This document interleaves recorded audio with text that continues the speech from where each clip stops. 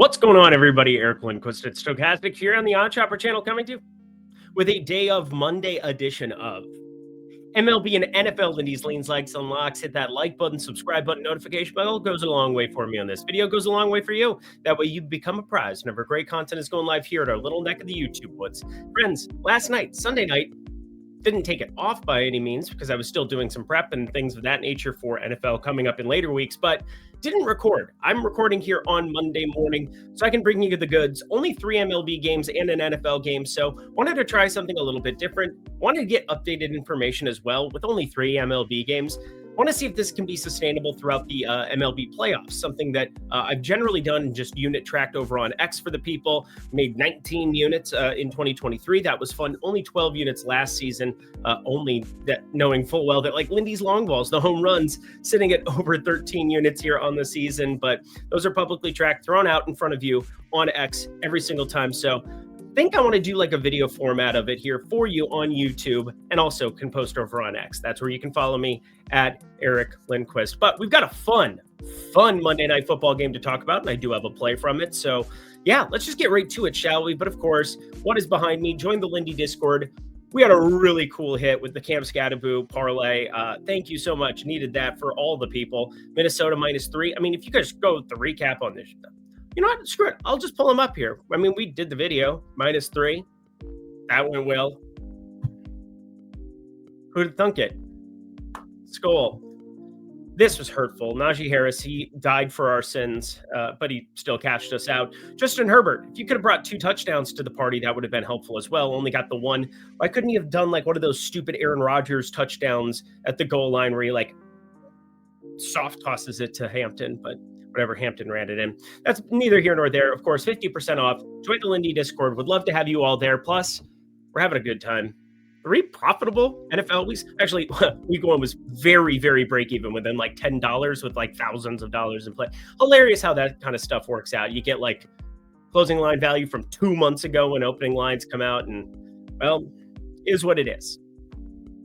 It was fun. It was a fun Sunday. Plus, hit an underdog card for the people in the Pick'em streets. 3 straight profitable Pick'em weekends in the NFL. Plus a Friday, that Friday game. Kansas City.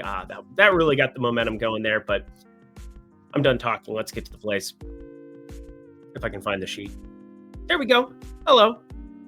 For your leans to begin the program, as I said, just 3 MLB games, so wanted to see if this is something I can fit into my morning schedule throughout the MLB playoffs. This was a great test for it on Monday to try to see. So if you enjoy this, hit the like button. That way I can show everybody, hey, we can do this for the playoffs and people are going to care, right? MLB?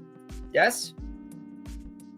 I'm pretty good at betting it, and I want to bring you information for it, not just behind the paywall over at Tails at the Lindy Discord I just talked about. But let's get into the ins and outs of this awesome pitching matchup. And both of these teams, lots to play for. NL West, 1 seed for Milwaukee. I mean, they've won the NL Central for weeks now, it feels like. Whatever. Yelich home run. This looks really good to me. Nick Pivetta has some wild stuff going on with him. It's always been feast or famine. He's always been somebody who gave up a lot of long balls. He gave up 3 in his last outing, in fact, but I don't care about what he just did. I care about what's going to happen going forward. But check this out. 111 ISO against lefties. That would look really, really good. That's with a 1,300 pitch sample size as well.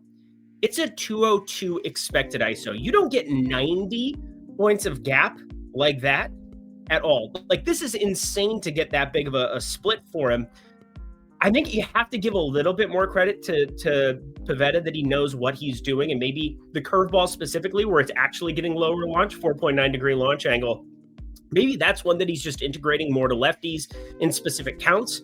But I went to Fangraphs where you can look at every single count of every single pitch, and it doesn't seem to be the case. And so when you look at Add More Funds and you're looking at the specific pitch mixes, you've got an opportunity to just flat out go to the fastball, and then there's like a specific change that he kind of throws. Again, he's got a huge pitch mix. He has a huge ensemble, but it's primarily a lot of fastballs, and then, just finding ways of getting swing and miss because he is a fly ball pitcher who is definitely home run prone. And again, a 28.8 degree average launch angle. This is just square peg, square hole for what Christian Yelich needs, who's a very low launch bat. So it's kind of an abnormally good matchup, I believe, for Yelich and what he likes to do and how he likes to specifically put balls in play, because it's usually a low launch, 2.9-degree average launch angle against righties this season, still 25 homers. So launch is not the say all and end all. And in fact, I think it's a very, very important evaluation that you take Yelich specifically against certain fly ball pitchers. I mean, he's hit 25 homers, friends. He obviously does things beyond just hitting line drive homers, although I've seen him hit a couple homers in Petco before. True story. St. Louis taking on the San Francisco Giants under 7.5. And this is probably the game that you should have the least amount of interest. Low variance baseball in San Francisco. You've probably noticed over the years, Eric, you don't bet a lot of these games. Yeah, because the wind is mitigated by the ballpark. You have crazy park factors.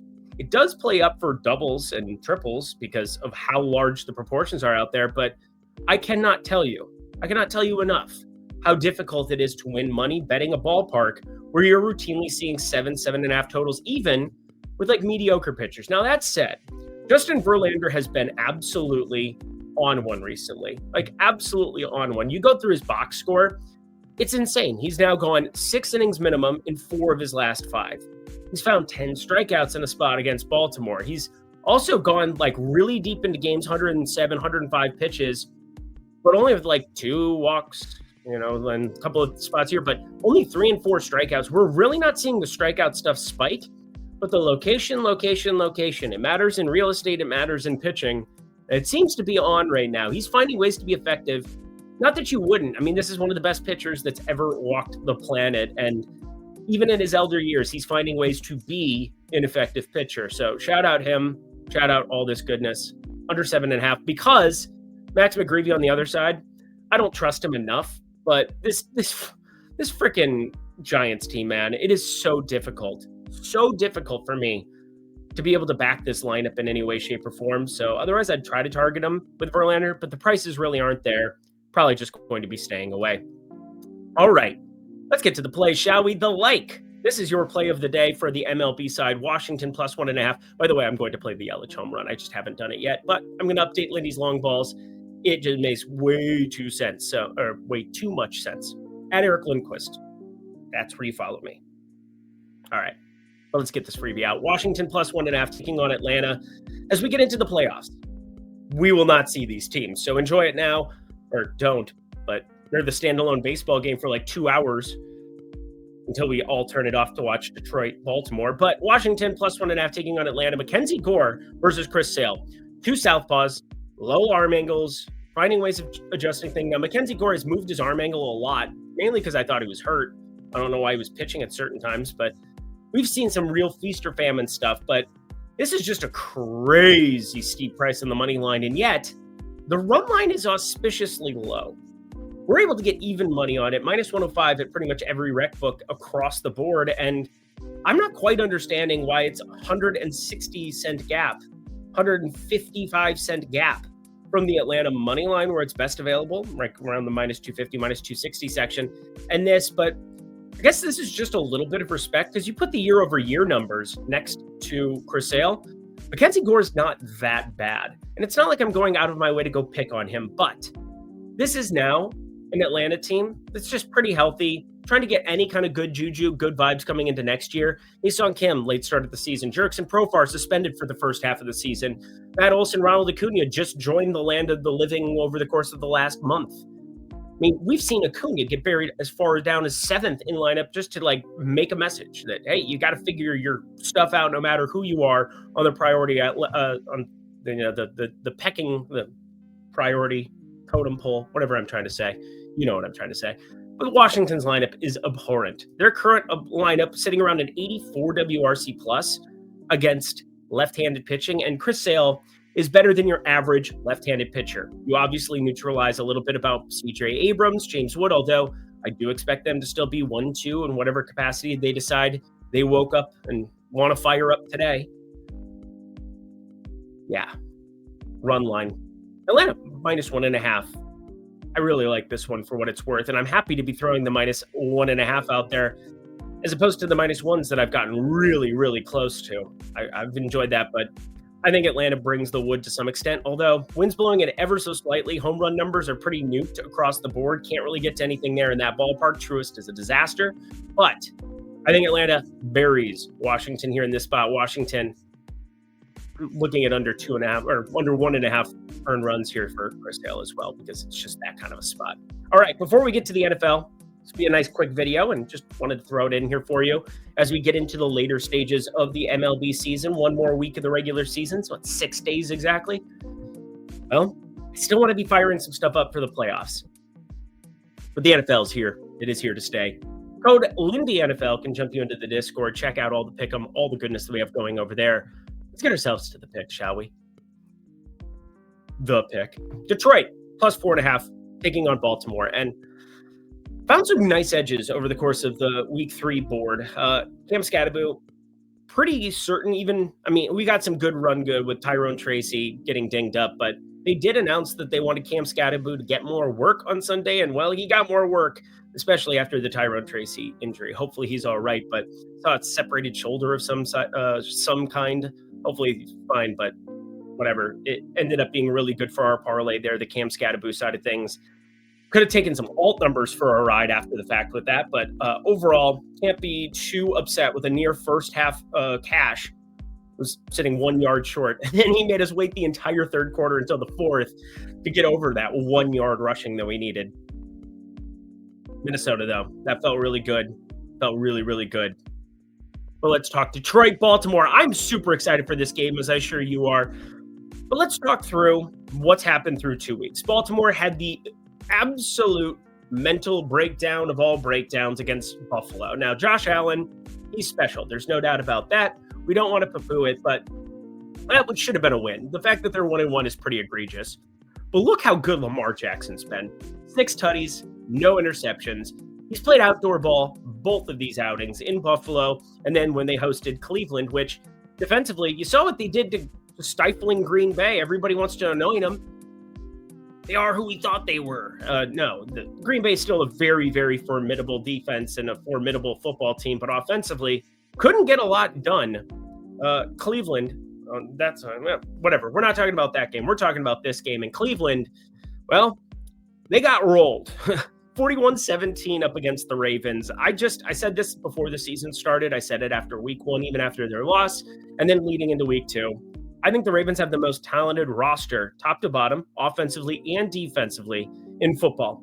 Does that mean I think they win the Super Bowl? I don't know. Harbaugh just makes boneheaded decisions later into the playoff schemes. Derrick Henry has very inopportune fumbles at times. You have fluky things happen, and then, of course, the monkey on the back of Lamar Jackson. You can't win in the playoffs. You can't beat the Chiefs and Mahomes. You can't beat Josh Allen and the Bills. You know, even Burrow was sitting up there higher in regard, considering he's gotten to a Super Bowl, and Lamar Jackson has not. So I get it. I get the loud clamoring. But this is a regular season week 3 game against a Detroit team that I think is a little bit overvalued in the marketplace. And the main reason for me is Detroit goes into Green Bay, cannot get anything in the run game going. And it could be week 1. It could be a very loud sample size. And we're dealing with small sample size sport in the NFL where you're trying to isolate so many moving pieces, offensive line pieces being out that can matter huge and aren't necessarily being identified by the line. You have defensive pieces that are having turnover, and then you have, a number of different things like quarterbacks changing. But neither of these quarterbacks are going anywhere barring injury, so it's pretty easy to be looking at that as opposed to all of the quarterback changeover with Mariota, Carson Wentz, so on and so forth from last week. Mac Jones continues to roll. But Detroit, getting on week 2 and going nuts against the Bears really doesn't impress me. That don't impress me much. Shania Twain for everybody's day today. I don't see how we aren't laying -4.5 here with the Baltimore side, especially. There's even money available at places like Novig, ProfitX, and then you got the -105s. Again, it just doesn't make sense to me. That's at Hard Rock right now at the moment. -105, you're able to get on Baltimore, -4.5. We got this closer to that 7 type number. Again, it's like in the 6.5 range. And in the NFL, when you're talking about 2 points here, I know they're not key numbers inside of 3 and 6, but boy, 4.5. It's a really nice little buffer to be getting on a bet for a spread on a Monday when these lines have been out for a week and been bet into place and shaped into place. I think the market is overvaluing what Detroit's defense is. I think Baltimore's offense is easily able to establish the run in Detroit. Boy, you better get a gigantic game out of Jahmyr Gibbs. And I don't think that's out of the range of outcomes. But there's a lot of ways for Baltimore to win this game.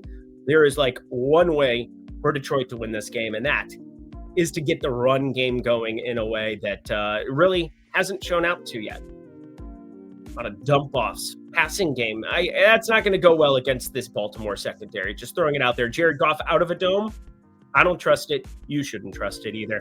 Alrighty, 50% off, friends. Nice and easy here on this Monday morning. Covering it for you, getting the information out there for you. If you appreciate it, hit the like button for me. That way we can do this in the MLB playoffs. Playoffs? We're trying to win a game, but we're trying to get Baltimore -4.5 as well as a pickup card that I'm going to be firing up here in about 10 minutes. 10 minutes. Got it circled, highlighted, starred. I'm ready to go with it. Are you? Well, yeah, you will be if you're in the Lindy and Friends Discord, but also 50% off the weekly, $25 for the monthly using code LindyNFL. We'll see you there. And that does it for a Monday morning edition of MLB and NFL Lindy's Leans, Likes, and Locks. Head to the comment section below. Let me know your favorite plays that exist on the board for this slate. We've got pretty much it. Quick and easy. Yelich homer, Atlanta -1.5, Baltimore -4.5, and then some goodness coming your way in the Discord. Until next time, friends, I'm Eric Lindquist. Best of luck in the MLB and NFL streets on Monday. See you tonight. It's going to be a quick turnaround. Bye, guys.